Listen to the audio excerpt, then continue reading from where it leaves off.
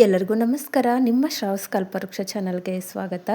ಇವತ್ತು ಹಬ್ಬದ ಸ್ಪೆಷಲ್ ಆಗಿರ್ತಕ್ಕಂಥ ಒಂದು ಶೇಂಗಾ ಹೋಳಿಗೆನ ಯಾವ ರೀತಿ ಸಿಂಪಲ್ಲಾಗಿ ಅಂದರೆ ಹೋಳಿಗೆನ ಮಾಡೋಕ್ಕೆ ಬರೋಲ್ಲ ಅನ್ನೋರು ಕೂಡ ಈ ಒಂದು ರೆಸಿಪಿನ ನಾವು ಮಾಡ್ಕೊಳ್ಬೋದು.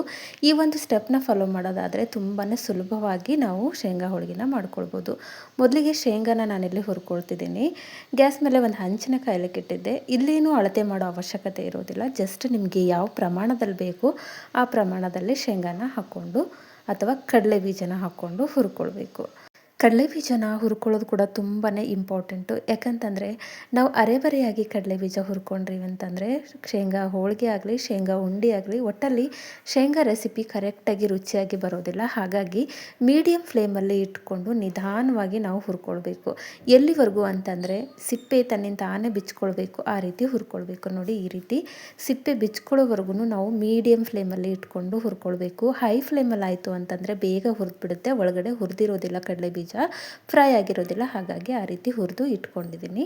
ಇವಾಗ ಈ ಸೈಡಲ್ಲಿ ಹಿಟ್ಟನ್ನು ಕಲಿಸ್ಕೊಳ್ಬೇಕು. ಒಂದು ಪಾತ್ರೆಗೆ ಒಂದಿಷ್ಟು ಅಂತ ಅಳತೆ ಏನಿಲ್ಲ, 1 ಕಪ್ ಆಗುವಷ್ಟು ನಾನಿಲ್ಲಿ ಮೈದಾ ಹಿಟ್ಟನ್ನು ಹಾಕ್ಕೊಂಡು ಒಂದು ಸ್ವಲ್ಪ ಉಪ್ಪನ್ನ ಸೇರಿಸ್ಕೊಂಡು ಇವಾಗ ಹಿಟ್ಟನ್ನು ನಾವು ಪೂರಿ ಹಿಟ್ಟಿನ ಹದದಲ್ಲಿ ನಾವು ಕಲಿಸ್ಕೊಳ್ಬೇಕಾಗತ್ತೆ.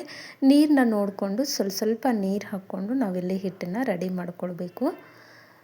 ಪೂರಿ ಹಿಟ್ಟಿನ ಒಂದು ಅಳತೆಗಿಂತ ಸ್ವಲ್ಪ ಸ್ಮೂತಾಗಿದ್ದರೆ ಒಳ್ಳೆಯದು. ಅಂದರೆ ನಾವು ಹೋಳಿಗೆನ ಲಟ್ಟಿಸುವಾಗ ಕರೆಕ್ಟಾಗಿ ಸ್ಟಫಿಂಗ್ ಮಾಡಿರ್ತಕ್ಕಂಥ ಸ್ಟಫಿಂಗ್ ಜೊತೆ ಕರೆಕ್ಟಾಗಿ ನಮಗೆ ಹಿಟ್ಟು ಲಟ್ಟಿಸ್ಲಿಕ್ಕೆ ಅನುಕೂಲ ಆಗುತ್ತೆ. ಹಾಗಾಗಿ ಒಂದು ಸ್ವಲ್ಪ ನಾವು ಪೂರಿ ಹಿಟ್ಟನ್ನು ಗಟ್ಟಿಯಾಗಿ ಕಲಿಸ್ಕೊಂಡಿರ್ತೀವಿ. ಆದರೆ ಈ ಹೋಳಿಗೆ ಹಿಟ್ಟನ್ನು ನಾವು ಅದಕ್ಕಿಂತ ಒಂದು ಸ್ವಲ್ಪ ಮೆದುವಾಗಿ ನಾದ್ಕೊಳ್ಬೇಕು ಅಥವಾ ಹಿಟ್ಟನ್ನು ರೆಡಿ ಮಾಡಿಕೊಳ್ಬೇಕು.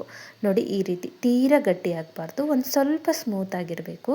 ಅಂದಾಗ ಹೋಳಿಗೆ ಕೂಡ ಸ್ಮೂತಾಗಿ ಬರುತ್ತೆ, ಉಬ್ಕೊಳ್ಳುತ್ತೆ. ಹಾಗಾಗಿ ಇವಾಗ ಹಿಟ್ಟು ರೆಡಿಯಾಗಿದೆ. ಇದು ಕೂಡ ಒಂದು 10ರಿಂದ 15 ನಿಮಿಷ ಹಿಟ್ಟು ನೆನ್ಕೊಳ್ಳಿ. ಸೈಡಲ್ಲಿ ಇಟ್ಟಿಟ್ಬಿಡೋಣ. ಇವಾಗ ನೋಡಿ, ನಾವು ಶೇಂಗಾನ ಅಥವಾ ಕಡಲೆ ಬೀಜನ ಹುರಿದಿಟ್ಕೊಂಡಿದ್ದೆ. ಈ ರೀತಿ ಹುರ್ಕೊಳ್ಳಿ.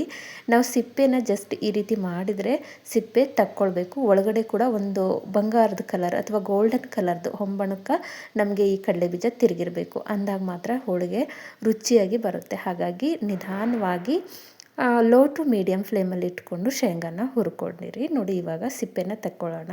ಸಿಪ್ಪೆ ಸಮೇತ ಹಾಕ್ಕೊಳ್ಬಾರ್ದು. ಒಂದು ಸ್ವಲ್ಪ ನಮಗೆ ಸಿಪ್ಪೆ ತೆಗೆದಾಗ ಹೋಳಿಗೆ ರುಚಿ ಕೂಡ ಚೆನ್ನಾಗಿ ಬರುತ್ತೆ. ಹಾಗಾಗಿ ಸಿಪ್ಪೆನೆಲ್ಲನೂ ನೀಟಾಗಿ ತೆಗೆದಿಟ್ಕೊಳ್ಬೇಕು. ಸಿಪ್ಪೆ ಸಮೇತ ನಾವು ಗ್ರೈಂಡ್ ಮಾಡ್ಕೊಳ್ಬಾರ್ದು. ನಾನು ಕೂಡ ಇಲ್ಲಿ ಸಿಪ್ಪೆನೇ ತೆಗೆದಿಟ್ಕೊಳ್ತಿದ್ದೀನಿ. ಇವಾಗ ನೋಡಿ, ಎಲ್ಲ ಸಿಪ್ಪೆ ತೆಗೆದಿಟ್ಕೊಂಡಿದ್ದೀನಿ. ಇವಾಗ ಅಳತೆ ಮಾಡ್ಕೊಳ್ಳಿ. ನಾವು ಹುರಿಯುವಾಗ ಅಳತೆ ಮಾಡಿಕೊಂಡ್ರೆ ಕರೆಕ್ಟಾಗಿ ಪ್ರಮಾಣ ನಮಗೆ ಸಿಗೋದಿಲ್ಲ. ಸಿಪ್ಪೆ ತೆಗೆದಾದ್ಮೇಲೆ ನಾವು ಈ ರೀತಿ ಕಡಲೆ ಬೀಜ ಅಥವಾ ಶೇಂಗಾನ ಅಳತೆ ಮಾಡ್ಕೊಳ್ಬೇಕು. ನಾನಿಲ್ಲಿ 1 ಬೌಲು ಕಡಲೆ ಬೀಜ ಅಥವಾ ಶೇಂಗಾನ ತೊಗೊಂಡಿದ್ದೀನಿ. ಹುರಿದಿರ್ತಕ್ಕಂಥ ಕಡಲೆ ಬೀಜನ ಅಳತೆ ಮಾಡ್ಕೊಳ್ತಿದ್ದೀನಿ, 1 ಕಪ್ ಆಗುವಷ್ಟು. ಇವಾಗ ಅದೇ ಕಪ್ಪಿಂದ ನಾನು 1 ಕಪ್ ಆಗುವಷ್ಟು ಬೆಲ್ಲ ಸೇರಿಸ್ಕೊಳ್ತಿದ್ದೀನಿ. ನೀವು ಸ್ವೀಟ್ ಜಾಸ್ತಿ ತಿನ್ನೋದಾಯಿತು ಅಂತಂದರೆ ಇನ್ನೊಂದು 1/4 ಕಪ್ ಕೂಡ ಹಾಕ್ಕೊಳ್ಬೋದು. ನಾವಿಲ್ಲಿ ಕರೆಕ್ಟಾಗಿ ಹಾಕ್ಕೊಳ್ತಿದ್ದೀನಿ. ಅಂದರೆ 1 ಕಪ್ ಶೇಂಗಾ ಅಥವಾ ಕಡಲೆ ಬೀಜಕ್ಕೆ 1 ಕಪ್ ಆಗುವಷ್ಟು ಬೆಲ್ಲ ಸರಿ ಹೋಗುತ್ತೆ. ಸ್ವೀಟ್ ಜಾಸ್ತಿ ತಿನ್ನೋದಾದರೆ ಇನ್ನೊಂದು 1/4 ಕಪ್ಪು ಸೇರಿಸ್ಕೊಳ್ಬೋದು. ಇವಾಗ ಒಂದ್ಸರಿ ಕಲಿಸ್ಕೊಳ್ಳೋಣ. ಅಂದರೆ ಎಲ್ಲ ಕಡೆ ಕರೆಕ್ಟಾಗಿ ನಮಗೆ ಬೆಲ್ಲ ಹಾಗೆ ಶೇಂಗಾ ಹೊಂದ್ಕೊಳ್ಳುತ್ತೆ. ಹಾಗಾಗಿ ಈ ರೀತಿ ಒಂದ್ಸರಿ ಶೇಂಗಕ್ಕೆ ಹಾಕಿ ಅಥವಾ ಕಡಲೆ ಬೀಜಕ್ಕೆ ಬೆಲ್ಲ ಹಾಕಿ ಕಲಿಸ್ಕೊಳ್ಳಿ. ಇವಾಗ ನಾವಿದನ್ನು ರುಬ್ಕೊಳ್ಬೇಕು. ನೀರು ಹಾಕದೆ ಇಷ್ಟೇ, ಅಂದರೆ ಶೇಂಗಾ ಮತ್ತು ಈ ಒಂದು ಬೆಲ್ಲ ಜಜ್ಜಿಗೆ ಅಥವಾ ಪುಡಿ ಮಾಡಿಟ್ಕೊಂಡಿರ್ತಕ್ಕಂಥ ಬೆಲ್ಲ ಶೇಂಗಾನ ಹಾಕ್ಕೊಂಡು ಈ ರೀತಿ ನಾವು ರುಬ್ಕೊಳ್ಬೇಕು. ನೋಡಿ, ಯಾವ ರೀತಿ ಅಂತಂದರೆ ಕಾಳಾಗಿರಬಾರ್ದು, ಹಾಗಂತ ತೀರಾ ನುಣ್ಣಗೆ ಕೂಡ ಆಗಿರಬಾರ್ದು. ಒಂದು ಸ್ವಲ್ಪ ನಮಗೆ ತರಿಯಾಗಿರಬೇಕು. ಈ ಶೇಂಗಾ ಚಟ್ನಿ ಮಾಡಿರ್ತೀವಲ್ಲ ಆ ರೀತಿಯಲ್ಲಿ ಈ ರೀತಿ ಒಂದು ಸ್ವಲ್ಪ ತರಿಯಾಗೇ ಇರಬೇಕು. ತೀರಾ ನುಣ್ಣಗೆ ರುಬ್ಕೊಳ್ಬಾರ್ದು. ಇವಾಗ ಇದನ್ನು ನಾವು ಒಂದು ಪಾತ್ರೆಗೆ ತಗೊಳ್ತಿದ್ದೀನಿ. ಯಾವುದೇ ಕಾರಣಕ್ಕೂ ಇಲ್ಲಿ ಎಲ್ಲೂ ನೀರು ಹಾಕ್ಕೊಳಕ್ಕೆ ಹೋಗಬಾರ್ದು. ಜಸ್ಟ್ ಶೇಂಗಾ ಹಾಗೆ ಬೆಲ್ಲ ಎರಡನ್ನೂ ಸೇರಿಸಿ ಇಟ್ಟಿರ್ತೀವಲ್ಲ ಅದನ್ನು ನಾವು ಹಾಕ್ಕೊಂಡು ರುಬ್ಕೊಂಡು ಈ ರೀತಿ ಒಂದು ಪಾತ್ರೆಗೆ ತೆಗೆದಿಟ್ಕೊಳ್ಬೇಕು. ನೋಡಿ, ಈ ರೀತಿ ಕಾಳಾಗಿತ್ತು ಅಂತಂದರೆ ನಮಗೆ ಹೋಳಿಗೆ ಮಾಡುವಾಗ ಹರಿಯೋ ಚಾನ್ಸಸ್ ಇರುತ್ತೆ. ಹಾಗಾಗಿ ಈ ಹದದಲ್ಲಿ ನೀವು ಇದನ್ನು ರುಬ್ಕೊಳ್ಬೇಕಾಗತ್ತೆ. ಇನ್ನೊಂದು ಬ್ಯಾಚ್ ಕೂಡ ನಾನಿಲ್ಲಿ ರುಬ್ಕೊಳ್ತಿದ್ದೀನಿ. ತುಂಬಾ ಸಿಂಪಲಾಗಿ ಈ ಹೋಳಿಗೆ ಮಾಡ್ಕೊಳ್ಬೋದು. ಕೆಲವೊಂದು ಸರಿ ಮೊದಲೇ ಮಾಡೋರು, ಫಸ್ಟ್ ಟೈಮ್ ಮಾಡೋರಿಗೆ ಒಂದು ಸ್ವಲ್ಪ ನಿಮ್ಗೆ ಏನಾದರೂ ಹರಿಯುತ್ತೆ ಅನ್ನೋದಾಯಿತು ಅಂತಂದರೆ ಈ ವಿಧಾನವನ್ನು ಫಾಲೋ ಮಾಡೋದಾಯಿತು ಅಂದರೆ ಎಲ್ಲೂ ಕೂಡ ಹೋಳಿಗೆ ಹರಿದೋಗಲ್ಲ, ಹಾಗೆ ಬೇಯಿಸುವಾಗೂ ಕೂಡ ಅಂಟೋದಿಲ್ಲ. ಆ ರೀತಿ ನಾವು ಮಾಡ್ಕೊಳ್ಬೋದು. ನೋಡಿ, 2ನೇ ಬ್ಯಾಚ್ ಕೂಡ ಮೊದಲನೇ ಬ್ಯಾಚ್ ಯಾವ ರೀತಿ ನಾನು ರುಬ್ಕೊಂಡಿದ್ದೆ ಅದೇ ರೀತಿಯಲ್ಲಿ ಇದನ್ನು ಕೂಡ ನಾನು ಪುಡಿ ಮಾಡ್ಕೊಂಡು ಇಟ್ಕೊಂಡಿದ್ದೀನಿ. ಪೌಡ್ರ್ ಮಾಡಿಕೊಂಡು ಒಂದೇ ಹದದಲ್ಲಿ ಪೌಡ್ರ್ ಮಾಡ್ಕೊಳ್ಳಿ. ಎಲ್ಲೂ ಕೂಡ ಕಾಳು ಕಾಳಾಗಿ ಇರದೇ ಇರೋ ಹಾಗೆ ಈ ರೀತಿ ತರಿಯಾಗೇ ಇರಬೇಕು. ಈ ರೀತಿ ಪೌಡ್ರ್ ಮಾಡ್ಕೊಳ್ಳೋಣ. ಇವಾಗ ನೋಡಿ, ಇದನ್ನು ನಾವು ಡೈರೆಕ್ಟಾಗಿ ಹೋಳಿಗೆ ಮಾಡೋಕ್ಕೆ ಬರೋದಿಲ್ಲ. ಈ ಒಂದು ಕನ್ಸಿಸ್ಟೆನ್ಸಿಯಲ್ಲಿ ಹಿಟ್ಟಿತ್ತು ಅಥವಾ ರುಬ್ಬಿರ್ತಕ್ಕಂಥ ಮಿಶ್ರಣ ಇತ್ತು ಅಂದರೆ ಇದನ್ನು ನಾವು ಹೋಳಿಗೆ ಮಾಡೋಕ್ಕಾಗೋದಿಲ್ಲ. ಹಾಗಾಗಿ ಇದನ್ನು ಒಂದು ಹದದಲ್ಲಿ ನಾವು ಕಲಿಸ್ಕೊಳ್ಬೇಕಾಗತ್ತೆ. ಇವಾಗ ನಾವು ಇದಕ್ಕೆ ಒಂದು ಸ್ವಲ್ಪ ಬಿಸಿ ನೀರನ್ನ ಸೇರಿಸ್ಕೊಳ್ಬೇಕು. ಇಲ್ಲಿ ಬಿಸಿನೀರು ಸೇರಿಸುವಾಗ ನೋಡ್ಕೊಂಡು ಸೇರಿಸ್ಕೊಳ್ಳಿ. ಜಸ್ಟ್ ಮೊದಲಿಗೆ ಒಂದೇ ಒಂದು ಸ್ಪೂನ್ ಹಾಕ್ಕೊಳ್ಳೋಣ. ನೋಡಿ, ನಾವು ನಾಷ್ಟ ತಿನ್ನೋ ಸ್ಪೂನ್ ಅಥವಾ ಸಣ್ಣದಾಗಿರ್ತಕ್ಕಂಥ ಸ್ಪೂನಿಲ್ಲೇ ಒಂದು ಸ್ಪೂನ್ ಮಾತ್ರ ನಾವು ಬಿಸಿನೀರನ್ನ ಆ್ಯಡ್ ಮಾಡ್ಕೊಳ್ಬೇಕು. ಬಿಸಿ ನೀರು ಈ ರೀತಿ ಒಂದು ಸ್ಪೂನ್ ಹಾಕಾದ್ಮೇಲೆ ಕಲಿಸ್ಕೊಳ್ಳಿ ಒಂದ್ಸರಿ. ನಿಮಗೆ ಕನ್ಸಿಸ್ಟೆನ್ಸಿ ನೋಡ್ಕೊಳ್ಳಿ. ಉಂಡೆ ಕಟ್ಟೋ ರೀತಿಯಲ್ಲಿ ಬರ್ತಿತ್ತು ಅಂತಂದರೆ ಅಲ್ಲಿಗೆ ಸ್ಟಾಪ್ ಮಾಡಿ. ಇಲ್ಲ, ಈ ರೀತಿ ಇನ್ನೂ ಉದುರುದುರಾಗಿತ್ತು ಅಂದರೆ ಹೆಚ್ಚು ಕಡಿಮೆ ಒಂದು 2 ಸ್ಪೂನ್ ಆಗುವಷ್ಟು ನೀರನ್ನ ಮಾತ್ರ ಹಿಡಿಯುತ್ತೆ. ಮತ್ತು ಹೆಚ್ಚಿಗೆ ಹಾಕಿತು ಅಂತಂದರೆ ಹಿಡಿಯೋದಿಲ್ಲ. ನೋಡಿ, ನಾನಿಲ್ಲಿ ಇನ್ನೊಂದು ಸ್ಪೂನ್ ಕೂಡ ಸೇರಿಸ್ಕೊಂಡಿದ್ದೀನಿ. 2 ಸ್ಪೂನು ನಾಷ್ಟ ತಿನ್ನೋ ಸ್ಪೂನು ಅಥವಾ ಸಣ್ಣದಾಗಿರ್ತಕ್ಕಂಥ ಸ್ಪೂನಿಂದ 2 ಸ್ಪೂನು ಬಿಸಿ ನೀರನ್ನ ಹಾಕ್ಕೊಂಡು ಹಿಟ್ಟನ್ನು ನಾವು ರೆಡಿ ಮಾಡ್ಕೊಳ್ಬೇಕು. ಅಂದರೆ ಈ ಪೌಡ್ರನ್ನ ರೆಡಿ ಮಾಡ್ಕೊಳ್ಬೇಕು.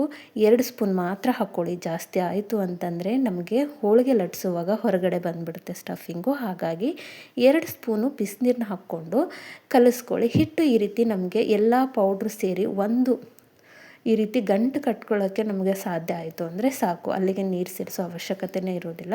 ಇಷ್ಟಾದರೆ ಸಾಕು ನಮಗೆ ಹಿಟ್ಟು. ಇವಾಗ ನೋಡಿ, ಒಂದು ಸ್ವಲ್ಪ ತೊಗೊಂಡು ಉಂಡೆ ಕಟ್ಕೊಳ್ಳಿ. ನೀವು ಯಾವ ಸೈಜಲ್ಲಿ ಹೋಳಿಗೆ ಮಾಡ್ತೀರಿ, ಸಣ್ಣದಾಯಿತು ಅಂತಂದರೆ ಇದಕ್ಕಿಂತ ನೀವು ಸ್ವಲ್ಪ ಹಿಟ್ಟು ಅಥವಾ ಪೌಡ್ರನ್ನ ತೊಗೊಂಡು ಉಂಡೆ ಕಟ್ಕೊಳ್ಬೇಕು.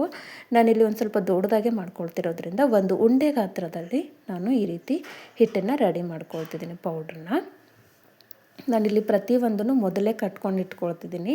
ನೀವು ಜಾಸ್ತಿ ಪ್ರಮಾಣದಲ್ಲಿ ಮಾಡ್ಕೊಳ್ಳೋದಾಯಿತು ಅಂದರೆ ಒಂದು ಅರ್ಧ ಅಥವಾ ಕಾಲು ಭಾಗದಷ್ಟು ಹಿಟ್ಟನ್ನು ಈ ರೀತಿ ರೆಡಿ ಮಾಡಿ ಇಟ್ಕೊಳ್ಬೇಕು. ನಾನು ಕೂಡ ಇಲ್ಲಿ ಪ್ರತಿಯೊಂದನ್ನು ಉಂಡೆ ಕಟ್ಕೊಂಡು ಇಟ್ಕೊಳ್ತಿದ್ದೀನಿ. ನೋಡಿ, ಈ ರೀತಿ ಮಾಡೋದ್ರಿಂದ ಲಟ್ಸುವಾಗೂ ಕೂಡ ತುಂಬಾ ಸುಲಭವಾಗಿ ನಾವು ಲಟ್ಟಿಸ್ಕೊಳ್ಬೋದು ಬೇಗ ಅನ್ನೋದಕ್ಕೋಸ್ಕರ. ನೋಡಿ, ಈ ರೀತಿ ಶೈನಿಂಗಲ್ಲಿ ನಮಗೆ ಹಿಟ್ಟನ್ನು ನಾವು ರೆಡಿ ಮಾಡ್ಕೊಳ್ಬೇಕು. ನಾನಿಲ್ಲಿ ಒಂದು 9 ರಿಂದ 10 ಉಂಡೆಗಳನ್ನ ಕಟ್ಟಿಟ್ಕೊಂಡಿದ್ದೀನಿ. ನೋಡ್ತಿರ್ಬೋದು ನೀವು, ಜಸ್ಟ್ 2 ಸ್ಪೂನು ನೀರು ಹಾಕ್ಕೊಂಡ್ರೆ ಈ ಒಂದು ಕನ್ಸಿಸ್ಟೆನ್ಸಿಯಲ್ಲಿ ನಮಗೆ ಉಂಡೆಗಳು ರೆಡಿಯಾಗಿರ್ತವೆ. ಈ ರೀತಿ ಮಾಡ್ಕೊಳ್ಳೋದ್ರಿಂದ ನಾವು ಸುಲಭವಾಗಿ ಹೊರಗಡೆ ಒಂದು ಸ್ವಲ್ಪನೂ ಸ್ಟಫಿಂಗ್ ಬರದೇ ಇರೋ ರೀತಿಯಲ್ಲಿ ಲಟ್ಟಿಸ್ಕೊಳ್ಬೋದು ಹೋಳಿಗೆನ. ಈ ಸೈಡಲ್ಲಿ ಒಂದು 10 ರಿಂದ 15 ನಿಮಿಷ ಆಗಿತ್ತು ಹಿಟ್ಟು ನೆನೆಸ್ಲಿಕ್ಕಿಟ್ಟು. ತುಂಬಾ ಪರ್ಫೆಕ್ಟಾಗಿ ಹಿಟ್ಟು ನೆಂದ್ಕೊಂಡಿದೆ. ನಾನು ತೋರಿಸ್ತಿದ್ದೀನಿ ನೋಡಿ. ಈ ಒಂದು ಅಳತೆಯಲ್ಲಿ ಹಿಟ್ಟಿರಬೇಕು, ತೀರಾ ಗಟ್ಟಿಯಾಗಿರಬಾರ್ದು. ಈ ರೀತಿ ಹಿಟ್ಟನ್ನು ನಾವು ರೆಡಿ ಮಾಡ್ಕೊಳ್ಬೇಕು. ಹೆಚ್ಚು ಕಡಿಮೆ ಪೂರಿ ಹಿಟ್ಟಿನ ಹದದಲ್ಲೇ ಒಂಚೂರು ಮೆದುವಾಗಿ ಹಿಟ್ಟನ್ನು ನಾದ್ಕೊಂಡಿರಬೇಕು. ಇನ್ನೊಂದ್ಸರಿ ಹಿಟ್ಟನ್ನು ನೀಟಾಗಿ ನಾದ್ಕೊಂಡು ಬಿಡೋಣ. ಇಲ್ಲಿಂದ ಈಸಿಯಾಗಿ ನಾವು ಹೋಳಿಗೆನ ಮಾಡ್ಕೊಳ್ಬೋದು. ಹಿಟ್ಟನ್ನ ಅಂದರೆ ನಾವು ಬೆಲ್ಲ ಹಾಗೆ ಶೇಂಗಾ ಅಥವಾ ಕಡಲೆ ಬೀಜನ ಹಿಟ್ಟನ್ನ ಕಲಿಸ್ತೀವಲ್ಲ, ಅದೇ ತುಂಬ ಇಂಪಾರ್ಟೆಂಟ್ ಆಗಿರುತ್ತೆ. ಅಲ್ಲಿ ಸ್ವಲ್ಪ ನೀರು ಜಾಸ್ತಿ ಆಯಿತು ಅಂತಂದರೆ ನಮಗೆ ಹೋಳಿಗೆ ಮಾಡುವಾಗ ಕರೆಕ್ಟಾಗಿ ಬರೋದಿಲ್ಲ. ಅಂದರೆ ಈ ಒಂದು ಹಿಟ್ಟಲ್ಲಿ ಆ ಒಂದು ಸ್ಟಫಿಂಗ್ ಕರೆಕ್ಟಾಗಿ ಕೂತ್ಕೊಳ್ಳೋದಿಲ್ಲ. ಹಾಗಾಗಿ ನೋಡಿಕೊಂಡು ಹಿಟ್ಟನ್ನು ಕಲಿಸ್ಕೊಳ್ಬೇಕು. ಈಗ ಯಾವ ಸೈಜಲ್ಲಿ ಹೋಳಿಗೆ ಮಾಡ್ತೀರೋ ಅಷ್ಟು ಹಿಟ್ಟನ್ನು ನಾವು ಪೂರಿ ರೀತಿಯಲ್ಲಿ ಕಟ್ ಮಾಡಿ ಇಟ್ಕೊಂಡಿದ್ದೀನಿ. ಎಲ್ಲನೂ ಹುರುಳೆ ಮಾಡಿ ಇಟ್ಕೊಂಡಿದ್ದೀನಿ ಒಂದು ಸೈಡಲ್ಲಿ. ಇವಾಗ ಕೆಳಗಡೆ ಒಂದು ಸ್ವಲ್ಪ ಮೈದಾ ಹಿಟ್ಟನ್ನು ಹಾಕ್ಕೊಂಡು ನಾವು ಒಂದೊಂದೇ ಉಳ್ಳೆ ತೊಗೊಂಡು ಲಟ್ಟಿಸ್ಕೊಳ್ಬೇಕು. ಇಲ್ಲಿ ಲಟ್ಟಿಸೋದು ಕೂಡ ತುಂಬ ಇಂಪಾರ್ಟೆಂಟು. ತೀರಾ ತೆಳುವಾಗಿ ಲಟ್ಟಿಸ್ಕೊಳ್ಬಾರ್ದು, ಒಂದು ಸ್ವಲ್ಪ ದಪ್ಪವಾಗಿ ಲಟ್ಟಿಸ್ಕೊಳ್ಳಿ. ನೋಡಿ, ಈ ರೀತಿ ತೀರಾ ತೆಳುವಾಗಿ ಲಟ್ಟಿಸ್ಕೊಂಡಿದ್ದಾಯಿತು ಅಂತಂದರೆ ಹಿಟ್ಟು ನಾವು ಸ್ಟಫಿಂಗ್ ಮಾಡಿ ಲಟ್ಟಿಸುವಾಗ ಹೊರಗಡೆ ಬಂದುಬಿಡುತ್ತೆ ಸ್ಟಫಿಂಗು. ಹಾಗಾಗಿ ದಪ್ಪವಾಗಿ ಇರಲಿ. ನೀವು ನೋಡ್ತಿರ್ಬೋದು ಯಾವ ಒಂದು ಸೈಜಲ್ಲಿ ನಾನು ದಪ್ಪವಾಗಿ ಇಟ್ಕೊಂಡಿದ್ದೀನಿ, ಲಟ್ಟಿಸ್ಕೊಂಡಿದ್ದೀನಿ ಅಂತ. ಇವಾಗ ಅದರ ಮೇಲ್ಗಡೆ ನಾವು ಉಂಡೆ ಮಾಡಿ ಇಟ್ಕೊಂಡಿರ್ತೀವಲ್ಲ, ಆ ಒಂದು ಉಂಡೆನ ಈ ರೀತಿ ಇಟ್ಕೊಂಡು ಈ ರೀತಿ ನೀವು ಮಾಡ್ತಾ ಹೋಗಿ. ಈ ರೀತಿ ಮಾಡೋದ್ರಿಂದ ಎಕ್ಸ್ಟ್ರಾ ಹಿಟ್ಟು, ಮೈದಾ ಹಿಟ್ಟಿನ ಒಂದು ಪ್ರಮಾಣ ಮೇಲ್ಗಡೆ ಬಂದುಬಿಡುತ್ತೆ. ಹಾಗಾಗಿ ಈ ರೀತಿ ಮಾಡಿಕೊಂಡು ಮೇಲ್ಗಡೆ ಬಂದಿರತಕ್ಕಂಥ ಮೈದಾ ಹಿಟ್ಟನ್ನ ತಗೊಂಡ್ಬಿಡಿ. ಇಲ್ಲ ಅಂದರೆ ಅಂಚಲ್ಲಿ ಜಾಸ್ತಿ ನಮಗೆ ಎಕ್ಸ್ಪೋಸ್ ಅಥವಾ ಕಾಣಿಸುತ್ತೆ ಅದು. ಹಾಗಾಗಿ ಈ ರೀತಿ ಎಕ್ಸ್ಟ್ರಾ ಮೈದಾ ಹಿಟ್ಟನ್ನ ತೆಗೆದು ಈ ರೀತಿ ಇನ್ನೊಂದು ಸರಿ ಮಾಡಿಕೊಂಡು ಕ್ಲೋಸ್ ಮಾಡ್ಕೊಳ್ಳಿ. ಕ್ಲೋಸ್ ಮಾಡ್ಕೊಂಡು ಆದಮೇಲೆ ಈ ರೀತಿ ಸ್ವಲ್ಪ ಪ್ರೆಸ್ ಮಾಡಿ ಸಾಕು. ಅಂದರೆ ನಮಗೆ ಲಟ್ಸುವಾಗ ಅನುಕೂಲ ಆಗುತ್ತೆ ಅನ್ನೋದಕ್ಕೋಸ್ಕರ. ಮತ್ತು ಇನ್ನೊಂದು ಸ್ವಲ್ಪ ಹಿಟ್ಟು ಬೇಕು ಅಂದರೆ ಹಾಕ್ಕೊಳ್ಳಿ, ಇಲ್ಲಾಂದರೆ ಹಾಗೆ ಕೂಡ ಲಟ್ಟಿಸ್ಕೊಳ್ಬೋದು. ಇಲ್ಲಿ ಬಳಸ್ತಾ ಇರೋದು ಕೂಡ ಮೈದಾ ಹಿಟ್ಟು.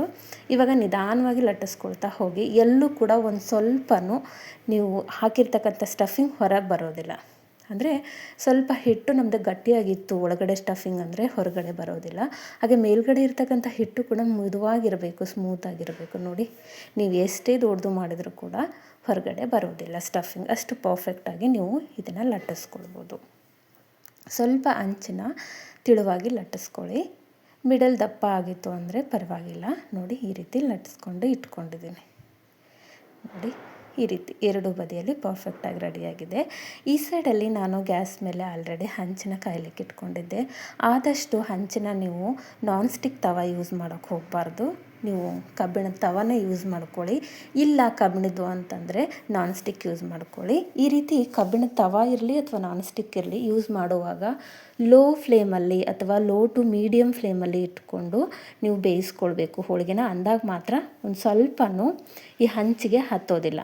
ನೀವೇನಾದರೂ ಹೈ ಫ್ಲೇಮಲ್ಲಿ ಇಟ್ಕೊಂಡು ಈ ಹೋಳಿಗೆ ಬೇಯಿಸೋಕೆ ಹೋಯಿತು ಅಂದರೆ ಹಂಚು ಅಥವಾ ತವಕ್ಕೆ ಅಂಟ್ಕೊಂಡು ಬಿಡುತ್ತೆ. ಹಾಗಾಗಿ ಹರಿದೋಗೋ ಚಾನ್ಸಸ್ ಇರುತ್ತೆ. ಹಾಗಾಗಿ ಲೋ ಟು ಮೀಡಿಯಮ್ ಫ್ಲೇಮಲ್ಲೇ ಇಟ್ಕೊಂಡು ನಿಧಾನವಾಗಿ ಬೇಯಿಸ್ಕೊಳ್ಳಿ. ನೀವು ಯಾವ ರೀತಿ ನಿಧಾನವಾಗಿ ಹೋಳಿಗೆನ ಬೇಯಿಸ್ಕೊಳ್ತೀರಿ ಅಷ್ಟೇ ಒಳಗಡೆ ಒಂದು ಎಣ್ಣೆ ಬಿಟ್ಕೊಳ್ಳುತ್ತೆ. ಹಾಗಾಗಿ ನಿಧಾನವಾಗಿ ಬೇಯಿಸ್ಕೊಳ್ಳಿ, ಎಲ್ಲೂ ಕೂಡ ಅಂಟೋದಿಲ್ಲ. ಕಬ್ಬಿಣದ ತವ ಬಳಸೋದಾಯಿತು ಅಂದರೆ ಲೋ ಫ್ಲೇಮಲ್ಲಿ ಅಥವಾ ಮೀಡಿಯಮ್ ಫ್ಲೇಮಲ್ಲೇ ಇಟ್ಕೊಂಡು ಈ ರೀತಿ ಬೇಯಿಸ್ಕೊಳ್ಬೇಕು. ನಾನ್ ಸ್ಟಿಕ್ಕಲ್ಲಿ ಅಂಟೋದಿಲ್ಲ, ಆರಾಮಾಗಿ ಬರುತ್ತೆ. ಇವಾಗ ನೋಡಿ, ನಾನು ರೆಡಿ ಮಾಡಿ ಇಟ್ಕೊಂಡಿರ್ತಕ್ಕಂಥ 9ರಿಂದ 10 ಉಂಡೆಗಳನ್ನ ಹೋಳಿಗೆ ಮಾಡಿಟ್ಕೊಂಡಿದ್ದೀನಿ ಪರ್ಫೆಕ್ಟಾಗಿ. ಒಂದು ಕೂಡ ಎಲ್ಲೂ ಕೂಡ ಹರಿದೋಗಿರೋ ರೀತಿಯಲ್ಲಿ ಬರದೆ ಪರ್ಫೆಕ್ಟಾಗಿ ಹೋಳಿಗೆ ಬಂದಿದೆ. ನೋಡ್ತಿರ್ಬೋದು ನೀವು, ಹೊರಗಡೆ ಒಂದು ಸ್ವಲ್ಪನೂ ಸ್ಟಫಿಂಗ್ ಬಂದಿಲ್ಲ.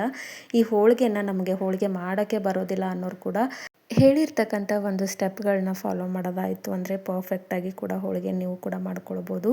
ನೋಡಿ, ಕರೆಕ್ಟಾಗಿರ್ತಕ್ಕಂಥ ಹೋಳಿಗೆ ರೆಸಿಪಿ. ಐ ಹೋಪ್ ಇವತ್ತು ನಾನು ಮಾಡಿರ್ತಕ್ಕಂಥ ಶೇಂಗಾ ಹೋಳಿಗೆ ರೆಸಿಪಿ ನಿಮಗೆ ಭಾಳ ಇಷ್ಟ ಆಗೋದು ಅಂದ್ಕೊಳ್ತೀನಿ. ಇಷ್ಟ ಆಗಿದ್ದರೆ ದಯವಿಟ್ಟು ನನ್ನ ಚಾನಲ್ನ ಸಬ್ಸ್ಕ್ರೈಬ್ ಮಾಡ್ಕೊಳ್ಳಿ.